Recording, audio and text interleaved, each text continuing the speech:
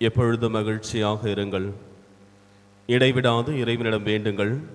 எல்லா சூழ்நிலையிலும் கடவுளுக்கு நன்றி செலுத்துங்கள். 1 தெசலோனிக்கர் 5வது அதிகாரம் 16-17வது வசனத்திலே புனித பவுலடியார் சொன்ன வார்த்தைகள்: எப்பொழுதும் மகிழ்ச்சியாக இருங்கள், இடைவிடாது இறைவனிடம் வேண்டுங்கள், எல்லா சூழ்நிலையிலும் கடவுளுக்கு நன்றி செலுத்துங்கள். மனிதன் இந்த உலகத்திலே மகிழ்ச்சியாக வாழ வேண்டும் என்றால் அதற்கு தேவையானதாக இருப்பது ஜெபம். இறைவனோடு இணைந்த நிலையில் இருக்கின்ற அந்த உறவுதான் மனிதனை எப்பொழுதும் மகிழ்ச்சியாக வைத்திருக்க முடியும். எல்லா சூழ்நிலையிலும் நம்மால் கடவுளுக்கு நன்றி செலுத்த முடியும் என்றால் நாம் அந்த உறவிலே இருக்க வேண்டும். அந்த உறவு நிலைத்திருக்க வேண்டும் என்றால் நாம் அவரை சார்ந்திருக்க வேண்டும். அதுதான் ஜெபம். இறைவனோடு இருக்கின்ற அந்த உறவு நிலைதான் ஜெபம். நாம் ஒவ்வொரு நாளும் தனிமையிலே ஆண்டவரோடு நாம் செலவிட வேண்டும். அந்த நேரத்தில் நம்முடைய வாழ்க்கையிலே ஆண்டவரை தவிர, கடவுளை தவிர வேறு யாரை பற்றி நினைப்பதோ மற்ற காரியங்களை பற்றி யோசிப்பதோ சிந்திப்பதோ இருக்கக்கூடாது.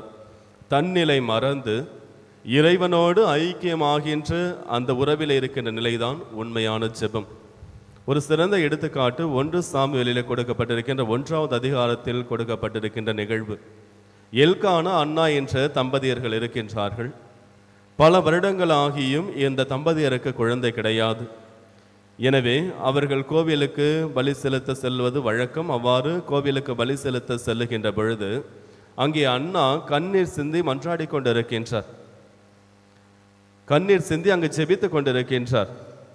இவ்வாறு அவர் ஜெபித்து கொண்டிருப்பதை பார்க்கின்ற ஏலி இறைவாக்கினர் என்ன செய்கின்றார்? அண்ணாவிடத்திலே வருகின்றார். அண்ணாவிடத்திலே வந்து, ஏன் இவ்வாறு நீ பிதற்றி கொண்டிருக்கின்றாய்? நீ ஏன் இன்னும் குடிகாரியாக இருக்கின்றாய்? ஏன் இப்படி செய்து கொண்டிருக்கின்றாய் என்று ஏலி இறைவாக்கினர் அண்ணாவை பார்த்து கேட்கின்றார். ஆனால் அண்ணா ஜெபித்து கொண்டிருக்கின்றார். அதற்கு அண்ணா மறுமொழியாக சொன்னது: இறைவாக்கினரை, நான் மது எதுவும் அருந்தவில்லை, நான் பிதற்றிக் கொண்டிருக்கவில்லை, நான் என்னுடைய கவலைகளை எல்லாம் என்னுடைய கடவுளிடத்திலே சொல்லிக் கொண்டிருக்கிறேன் என்று அங்கே அண்ணா ஏலி இறைவாக்கினரிடத்திலே சொல்லுகின்றார். தன்னை சுற்றி என்ன நிகழ்கின்றது என்பதை அனைத்தையும் மறந்துவிட்டு, நான் கடவுளுடைய பிரசன்னத்தில் இருக்கின்றேன், நான் கடவுளிடத்தில் ஜெபித்து கொண்டிருக்கின்றேன், கடவுளோடு நான் உரையாடி கொண்டிருக்கின்றேன், கடவுளோடு அந்த உறவில் இருந்து கொண்டிருக்கின்றேன் என்ற அந்த தன்னிலை மறந்து, அனைத்தையும் மறந்து இறைவனோடு இருக்கின்ற உறவுதான் உண்மையான ஜெபம். உடனே ஏலி இறைவாக்கினர் சொல்லுகின்றார்: உன்னுடைய ஜெபம் கேட்கப்பட்டது, நீ ஒரு குழந்தை பெற்றெடுப்பாய் என்று அந்த குழந்தை வரத்தை கடவுள் தருகின்றார் அண்ணாவிற்கு. நம்முடைய வாழ்க்கையிலும் நாம் ஜெபிக்கின்ற பொழுது, அது எவ்வளவு நேரமாக இருந்தாலும் சரிதான், நாம் ஜெபிக்கின்ற பொழுது நமக்கும் இறைவனுக்கும் இடையே இருக்கின்ற அந்த உறவிலே வேறு யாரும் வரக்கூடாது. எப்படி ஜெபிக்க வேண்டும் என்றும் எல்லாம் நிறைய இடங்களிலே கொடுக்கப்பட்டிருக்கின்றது. ஆண்டவர் இயேசு கிறிஸ்து எவ்வாறு ஜெபித்தார் என்பதை நாம் அறிந்தோம் என்றால் நாம் எப்படி ஜெபித்துக் கொண்டிருக்கின்றோம் என்பதை நாம் உணர்ந்து விடுவோம். எபிரேயருக்கு எழுதிய திருமுகம் 5வது அதிகாரம் 8வது வசனத்திலே கொடுக்கப்பட்டிருக்கின்றது: அவர் இவ்வுலகில் வாழ்ந்த காலத்தில், ஆண்டவர் இயேசு கிறிஸ்து இவ்வுலகில் வாழ்ந்த காலத்தில் தம்மை சாவிலிருந்து காக்க வல்ல எல்லாம் வல்லவரை நோக்கி கண்ணீர் சிந்தி உரத்த குரல் எழுப்பி மன்றாடி வேண்டினார். அவருடைய இறைப்பற்று கலந்த அச்சத்தை முன்னிட்டு கடவுள் அவருக்கு செவிசாய்த்தார் என்று கொடுக்கப்பட்டிருக்கின்றது. நம்முடைய வாழ்க்கையிலே நாம் இவ்வாறு ஜெபிக்க வேண்டும். ஆண்டவர் இயேசு கிறிஸ்து எப்படி ஜெபிக்க வேண்டும் என்று கற்றுக் கொடுத்திருக்கின்றார். கண்ணீர் சிந்தி உரத்த குரல் எழுப்பி தனிமையிலே நாம் இறைவனோடு ஜெபிக்க வேண்டும்.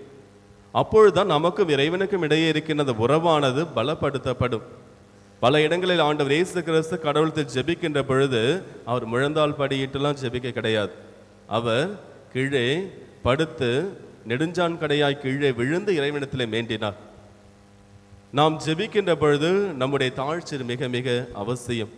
எந்த அளவிற்கு நாம் தாழ்ச்சியான உள்ளத்தோடு ஜெபிக்கின்றோமோ அந்த அளவுக்கு இறைவனுடைய ஆசீர்வாதம் நம்ம ஒவ்வொருவருக்கும் கிடைக்கும். இந்த உலகிலே நாம் வாழ வேண்டும் என்றால் இறைவனுடைய உறவு மிக அவசியம். அந்த உறவை பலப்படுத்துவதுதான் இந்த ஜெபம். எனவே நாம் இந்த தவ காலத்திலே இறைவனிடத்திலே மன்றாடுவோம், இறைவனுடைய ஆசீர்வாதங்களை பெறுவோம், இறைவனுடைய உறவிலே திளைத்திருப்போம். ஆமென்.